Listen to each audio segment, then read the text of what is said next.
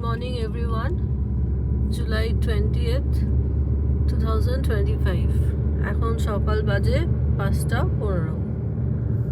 আমরা একাডিয়া ন্যাশনাল পার্কের মধ্যে পৌঁছে গেছি। যেহেতু আমাদের হোটেল থেকে একদম কাছে, আমরা বার হারবারে রয়েছি, সেই জন্য 5 মিনিট জাস্ট ডিস্টেন্স আমরা পৌঁছে গেছি।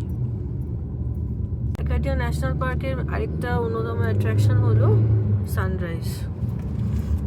একটা ভিউ পয়েন্ট আছে, এদের আলাদা আলাদা স্লট থাকে, সেই স্লট মেনটেন করে বুকিং করতে হয়। আজকে সানরাইজ টাইম ছিল 5টা থেকে 5:30।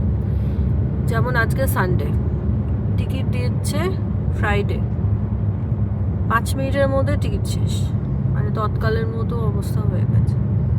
5 মিনিটের মধ্যে টিকিট শেষ, তাই আমরা 5টা থেকে 5:30টার স্লটটা পাইনি। মানে আমাদের স্লট হচ্ছে 6টা থেকে 6:30। সানরাইজ তখন হয়ে যাবে, কিন্তু ভিউটা দেখবো। এটা টপ ভিউ একদম ক্যাডিলাক মাউন্টেনের ওপর থেকে। তো রাস্তা ঘুরে ঘুরে যাচ্ছে, পাশে আটলান্টিক ওশান দেখা যাচ্ছে গাছের আড়ালে। সবসময় ক্যামেরায় তো ধরা যায় না, তো আমরা পাহাড় ঘুরে ঘুরে উঠছি। শীর্ষায়রানি হাওয়া আর কুয়াশা, মনে পড়ছে দেশের কথা। যেমন আমাদের ভিউ পাওয়া অভ্যাস, এই যে রাস্তা ধরে আমরা এলাম। বুঝতেই পারছেন কতটা উপরে উঠে এসেছি। আর দেরি করবো না, এবার এগিয়ে যাব এদিকে।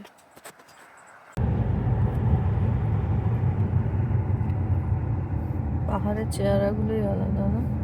Rocks, the boulders, rocks, the sun is rising.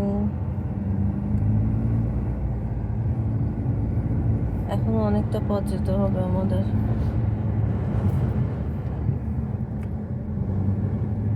কিছুটা জুটেই গেল ভাগ্যে, মনে হচ্ছে আজকে।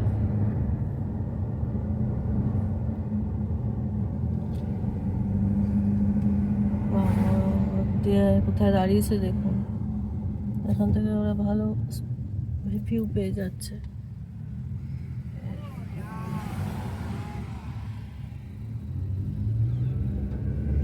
এখানে হাইকিং, ট্রেলিং, ক্যাম্পিং এগুলো খুব এন্টারটেইনড হয় এবং দে prefer it, they enjoy it. আমাদের দেশ থেকে এসেও অনেকে এখানে হাইকিং করে, বাট আমাদের সে ব্যাপারে উৎসাহ নেই আর অতটা ফিটনেসও নেই।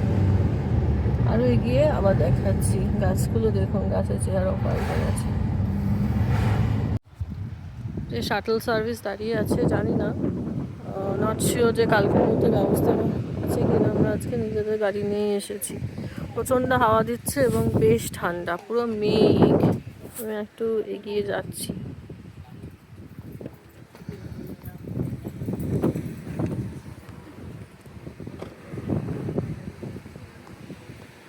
আজকে মেঘলাও আছে, সেই জন্য সূর্য থেকে যাচ্ছে মাঝে মাঝে। বেশ হাওয়া দিচ্ছে।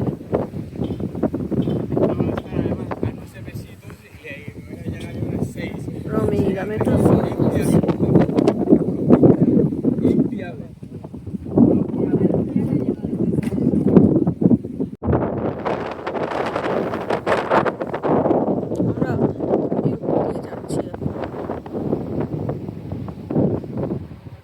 শেষ 5টা থেকে 5:30, এবার 6টা থেকে 6:30 তারা আসবে। এখানে চলে আসছে, প্রচণ্ড হাওয়া দিচ্ছে। হাওয়া দিচ্ছে আর এত ঠান্ডা। এটা কিন্তু 7,000 ফিট উপরে।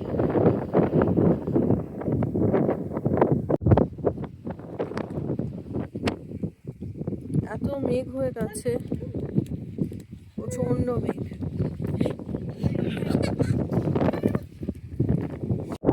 পুরো কুয়াশা এসে গেছে আর প্রচণ্ড হাওয়া দিচ্ছে, সেই জন্য এই জায়গাগুলো পুরো গ্রিন, সেটা দেখা যাচ্ছে।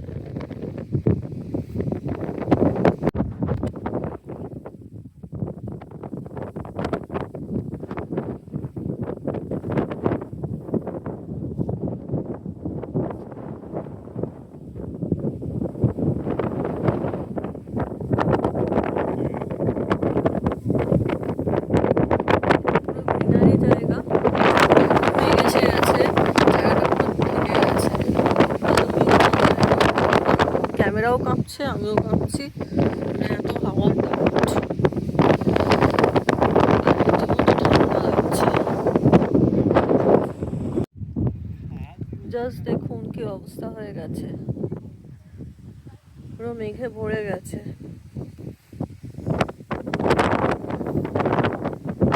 পুরো ঢেকে গেল, সাদা হয়ে গেল।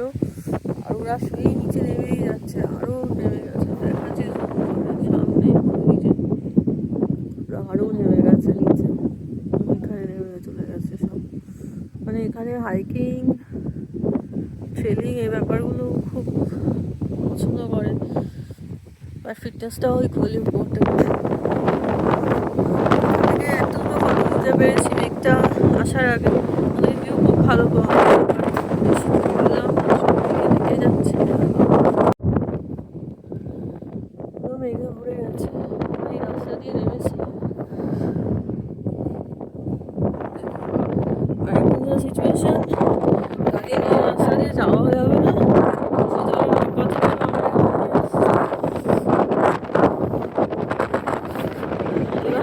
সত্যি আমাদের সিকিম, দার্জিলিং এবং আরও যা কোনো পাহাড় আছে হিমাচল, জায়গাগুলোকে তো মনে পড়ে যাচ্ছে। ওখানেও সেম হয়, অনেক সময় এরকম হয় বর্ষার মধ্যে দিয়ে ড্রাইভার গাড়ি নিয়ে ধীরে ধীরে ধীরে যায়, কিন্তু আমরা সে রিস্ক নেব না, একদমই না। হাওয়ার দাপট আশা করি ক্যামেরা ধরছে, প্রচণ্ড ভালো লাগছে, প্রচণ্ড।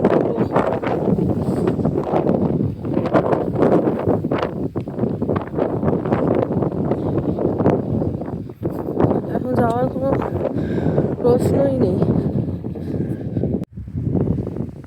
এই রাস্তা, এই সিঁড়ি দিয়ে নেমে সব নিচ থেকে উপরে উঠে চলে যাবে। একটু মেঘ কাটছে, আবার হয়ে যাচ্ছে। আগেরটা ছিলাম আমরা ইস্ট সাইডের পার্কিং লটে, ওখান থেকে তাও যাও একটু দেখা গেছিল। ওয়েস্ট লটে এলাম, পার্কিং লটটা, ওখান থেকে ভিউ দেখা যাচ্ছে না, পুরো ডেকে গেছে। আর কেমন দেখতে হয় এই যে ছবি, কুয়াশাটা না থাকলে এরকম দেখতে হয়।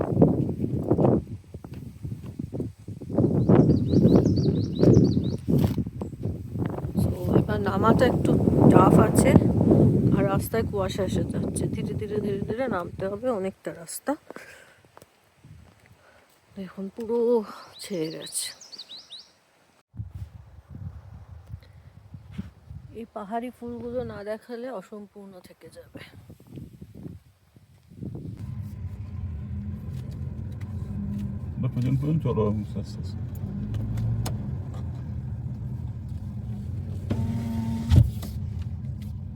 Take the next right onto Cadillac Summit Road.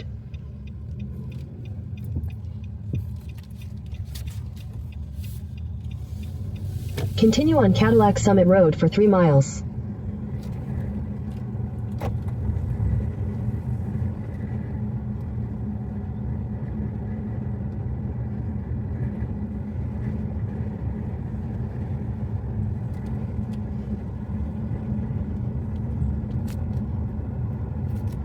এখন স্পিড লিমিট 25, আমরা নামছি। আমরা ওয়েটই করছিলাম, ওই গাড়িটা যাচ্ছে দেখে আমরা সাহস করে এগোলাম। আস্তে আস্তে কাটছে মেঘটা, এর মধ্যে খানিকটা নেবে আবার কিছুটা দাঁড়াতে হবে যদি রাস্তায় মেঘ এসে যায়। এটা এখন পরিষ্কার হয়ে গেছে, ওপরটা কুয়াশা ছিল, নিচেটা হ্যাঁ ওপরটা বেশি কুয়াশা ছিল। এত হাওয়ার দাপট আর এত কুয়াশা, পুরো দেখাই যাচ্ছিল না কিছু। এখন পরিষ্কার হয়ে গেছে, যাক একটা শান্তি ভাব ফিরে এসছে। আজকে এমনি ক্লাউডি আছে প্লাস বৃষ্টি আছে, ওই জন্য এরকম হয়ে গেল, সূর্যদেবকে দেখা যাচ্ছে না। তো আমরা ধীরে ধীরে নামছি, দেখছিলাম পরিষ্কার ছিল, আবার আস্তে আস্তে জায়গাগুলো মেঘ এসে গেল।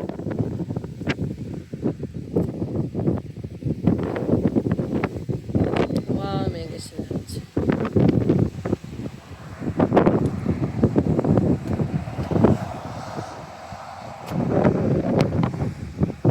আজকে সত্যিই খুব একটা ভালো নয়, একটু জুম করে দেখতে পাচ্ছি। আজকাল ওয়াটার বডি আর পাশে ছোট ছোট দ্বীপপুঞ্জ, ছোট ছোট আইল্যান্ড। কলেজটা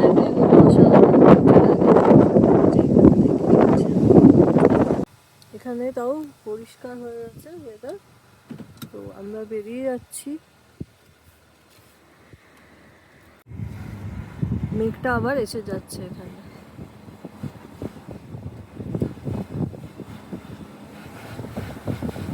তো অসাধারণ জায়গাটা, catalogue mountain view, top view যাকে বলে। যখন পৌঁছেছিলাম তখন কিন্তু ভালো মতো ভিউ পেয়েছিলাম, তারপরে হাওয়ার কুয়াশার দাপটে ঢেকে গেছিল, আবার খালি হলো।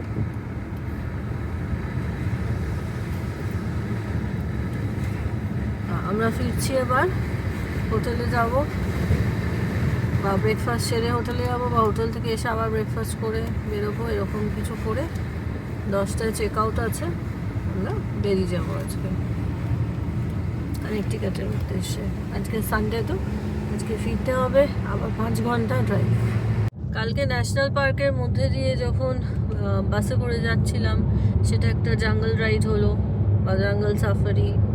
Take the next left onto Paradise Hill Road. আর এখন নিজেদের গাড়িতে করে আরেকবার সাফারি হয়ে গেল। স্টেডিয়াম এটা।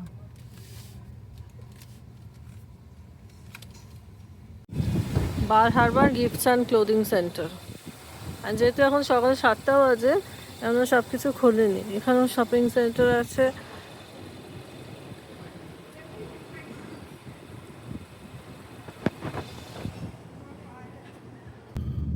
একটু বসা যাক। বেশ সুন্দর জায়গা, রিভার ফ্রন্ট। এখান থেকে জাহাজ ছাড়ছে। আমি একটু জুম করি, না হলে বোঝানো যাচ্ছে না। খুব সুন্দর জায়গা, মানে সবকিছু এখানে সিনিক পথে বেশি। In 500 feet, turn right onto Newport Drive. একটা কফি নিয়ে আমরা এসে গেছি রিভার ফ্রন্টে। এখনো মেঘলা, এখনো সূর্য দেবতা মেঘের আড়ালে গেছে। আজকে একটু মেঘলা ওয়েদারই আছে, জুম না করলে ভালো লাগছে না ছবিগুলো। খুব সুন্দর জায়গাটা। এখানে বোট টিকিটস, সব জায়গায় পার্কিং আছে। ওয়েল ওয়াচের জন্য এখান থেকে যাচ্ছে। এই যে আমরা গেছিলাম লাস্ট ইয়ার, সত্যি একটা অসাধারণ অভিজ্ঞতা ছিল ওয়েল ওয়াচ, সেই ভিডিও পেয়ে যাবেন। জগিং করছে এখানে। লাইট পোস্টগুলো দেখুন। রাত্রিবেলা আসলে ওই জায়গাটা খুব সুন্দর লাগবে। যেখানেই গাড়ি রাখতে হবে সেখানেই পার্কিং দিতে হবে। ইভেন কালকে রেস্টুরেন্টে খেতে গেছি, সেখানেও পার্কিং, কারণ তাছাড়া গাড়ি রাখাই যাচ্ছে না। পার্কিং এরিয়া ফুল হয়ে গিয়ে রাস্তায় রাখতে হচ্ছে, সেজন্য পার্কিং। টাউন অফ বার হারবার এটাও বেশ দৌড়চ্ছে, একটা বল নিয়ে খেলছে। খুব পছন্দ করে এখানকার লোকজন।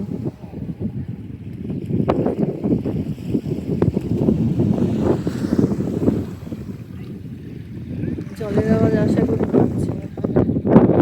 এটা আটলান্টিক ওশানই আছে, তারই খানিকটা এখানে আছে। আর এই যে ওয়েল ওয়াচ, ওখান দিয়ে ওয়েল ওয়াচের ক্রুজগুলো ওখান দিয়ে রওনা হয় মাছ সমুদ্রে যাবে। এখন যেটা দেখলাম,